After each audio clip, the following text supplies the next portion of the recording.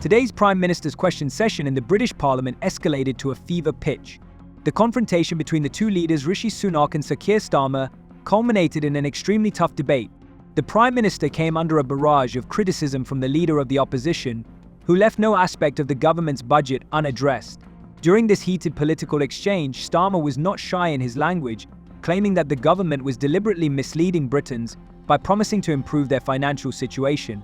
He said that all these promises that people would become richer were really nothing more than empty words to cover up economic problems that, in his view, were only getting worse.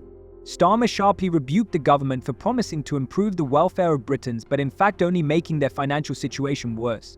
He accused Sunak of manipulating figures and propaganda, pushing ordinary citizens, already suffering the effects of economic hardship, to the brink of poverty. Why do you continue to deceive the people by claiming they will get richer? Starmer asked this question, already knowing the answer would be difficult. This statement, which came from the floor of Parliament, provoked a strong reaction among those present and could not help but become a topic of discussion in the media. However, Sunak did not let himself be trapped in the trap of accusations. He immediately launched into a vigorous defense of his policies, saying that the government was not only overcoming the effects of the global economic turmoil, but was also doing everything possible to stabilize the country.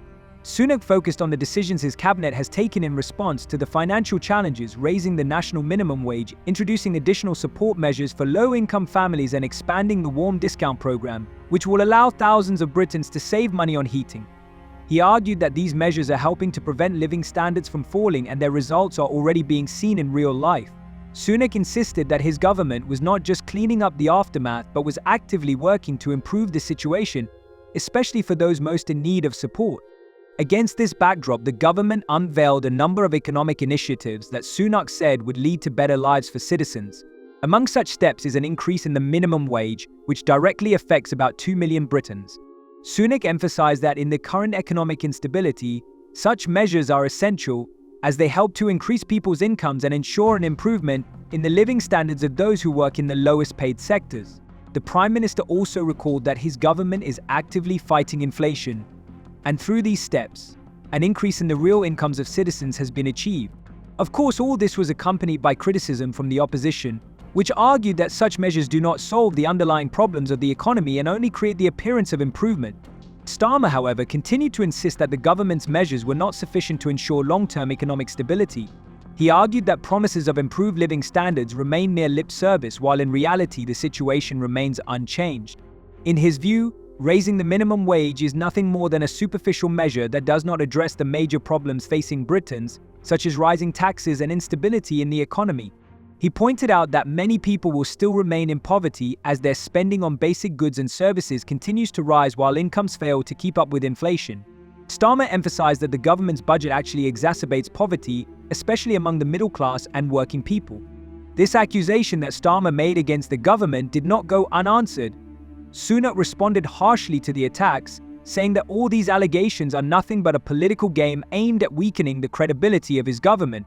He argued that the measures taken by the government were aimed at addressing global problems, such as inflation, and that they would ensure economic growth in the future. Sunak recalled that his government had managed to make significant achievements in the past years, despite challenging external conditions. He pointed to positive trends, such as improved labor conditions and higher social benefits, which he believed were evidence that the country was on the right track. But Starmer was not ready to leave his criticism without continuing. He returned to the theme of false promises and soon cited the new tax law, which he said was bound to affect the lives of workers and their families. The Labour leader argued that the tax hikes resulting from the budget would be another heavy blow to already poor Britons. He stressed that this was the moment when the government should admit its incompetence and get back to actually supporting the economy rather than engaging in self-parody with numbers and statistics that tell us little about the real situation. Starmer's rhetoric became even harsher when he touched on the issue of promises made by Sunak during the pre-election period.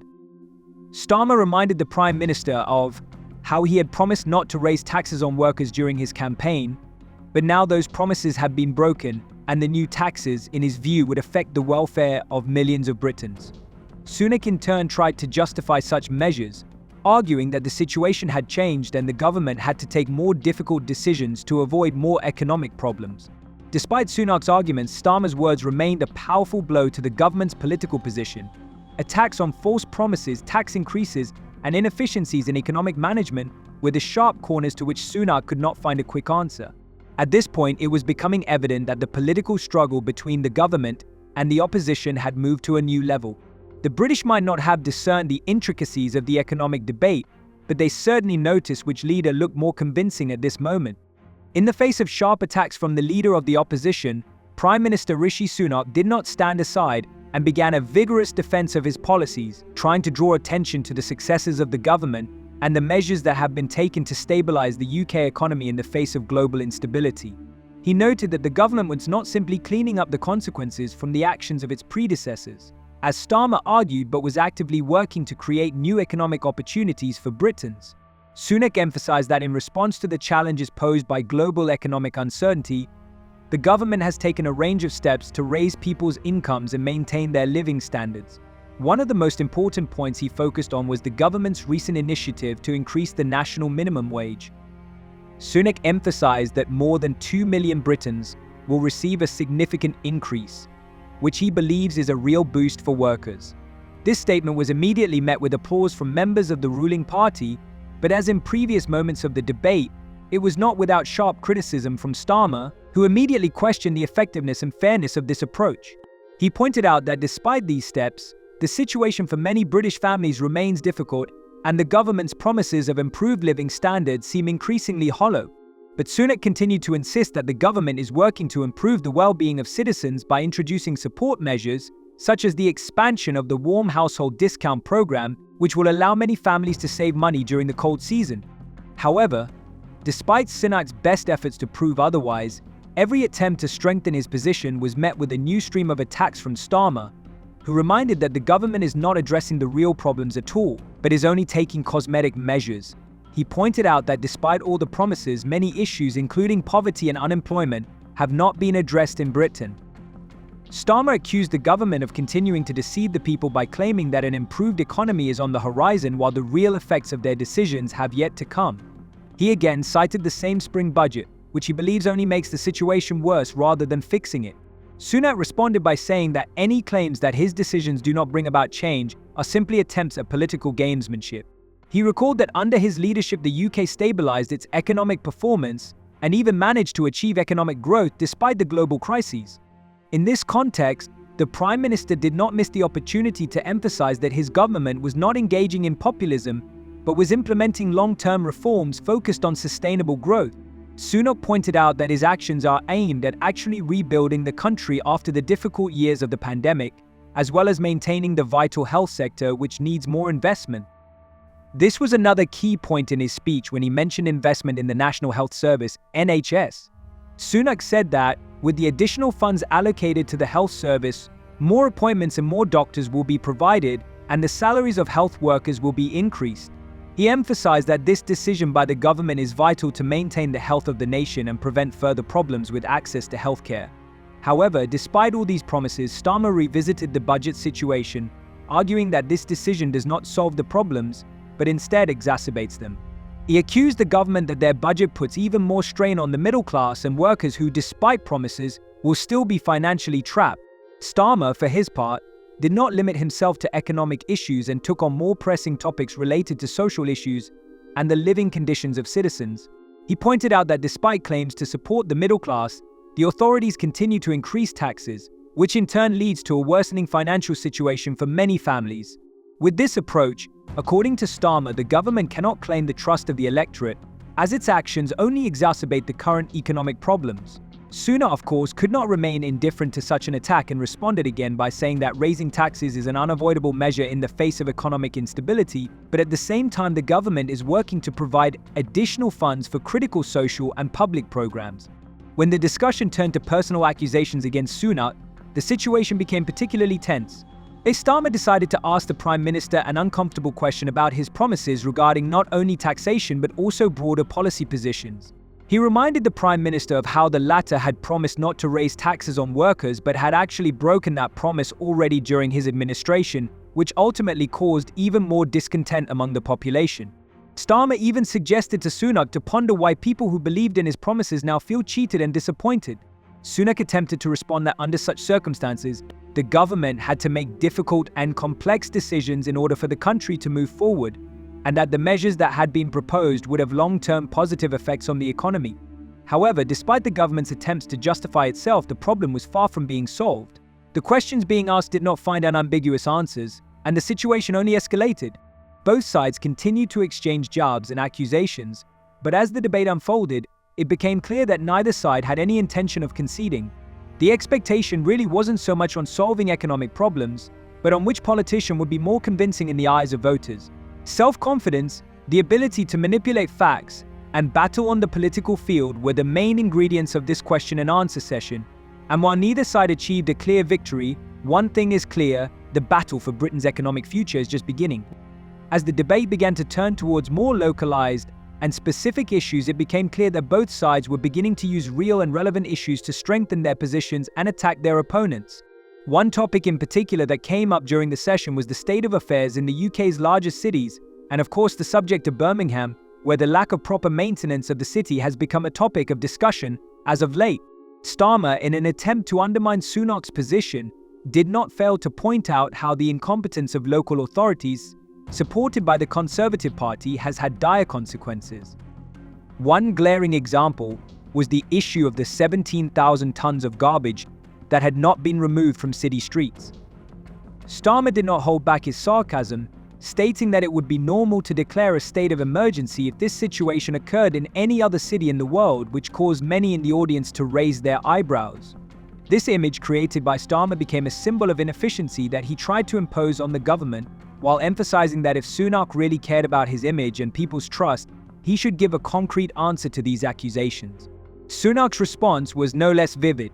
The Prime Minister attempted to refute Starmer's words, saying that it was not the government that was responsible for the problems Birmingham faced, but the local authorities, which are run by the Labour Party.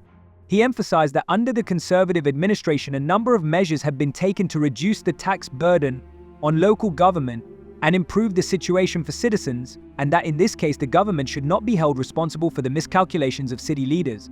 Sunak said that he fully supported the decision of the Birmingham local authorities to declare an emergency, but at the same time pointed out that the situation in the city was the result of mismanagement by Labour, which has long ruled the region. Despite the excuses, however, Starmer continued to raise the issue of the government's ineffectiveness in dealing with social and economic problems. He again pointed out that incidents such as the garbage on the streets of Birmingham were becoming indicative of the whole country and demonstrated the total inability of the government to cope with current challenges. But Sunak, without losing his composure, continued to defend his position, arguing that the government is doing its best to solve the problems, but in such a crisis situation, instant solutions cannot be expected. With each new question from Starmer, the tension between the two politicians only grew. The questions became sharper and more sensitive, and the accusations became more personal and vivid. Sunak increasingly fell into the trap set for him by Starmer, forcing him to justify and defend not only political but also personal decisions. At one point in the debate, Sunak exclaimed that he did not intend to tolerate such attacks on his reputation, and that he and his government were working for the good of despite all the difficulties and criticism. One of the most painful moments in the debate was the issue of fiscal policy and the future of the British economy. Starmer continued to insist that the government's budget decision, despite his assurances, does not address the growing economic instability. He said that in reality, all these tax increases and economic measures only exacerbate the plight of the middle class and workers, while the government's promises remain only on paper. Sunak attempted to respond to these charges, but his defense became increasingly unconvincing. Sunak's answers often found themselves locked in political phrases that did not always address the heart of the matter, allowing Starmer to bring up topics again and again that Sunak did not want to talk about. The debate culminated in a direct clash between the two politicians over the management of the British automobile industry. Starmer, focusing on the problems associated with car manufacturers and the possible consequences that await the British economy due to failed trade agreements, tried to emphasize that the government was not just failing to address the problems, but was putting thousands of jobs in key sectors at risk. He accused Sunak of incompetence and failure to protect the interests of British companies on the international stage. Sunak responded by attempting to justify his position, arguing that the government was taking all the necessary steps to protect the interests of British manufacturers, despite the difficult conditions surrounding global trade and Brexit. With each new question and answer, it became clear that the government and the opposition are at opposite ends of the political spectrum, with each side seeking to show that it is the one more competent to manage the country's economy. In this clash of parties, it became clear that this was not just about politics, but also about the deep mistrust between the leaders of the two parties, which inevitably puts a strain on their relationship and on the future of the UK as a whole. The debate continued in the same vein, and it soon became clear that neither side was going to concede. Sunak and Starmer continued to exchange jabs and harsh accusations, but amidst their bickering it was noticeable how important this moment was to both sides. Wherever these political battles led, one thing was clear: this was a moment that decided not only the fate of the current government, but also the future of the country in the face of global economic instability. Local issues, such as litter on the streets of Birmingham, were becoming just a vivid symbol of the more global crisis the UK faces in its political and economic realities. And in this context, every moment and every word became not just part of a political struggle, but an important step in finding a way out of the crisis.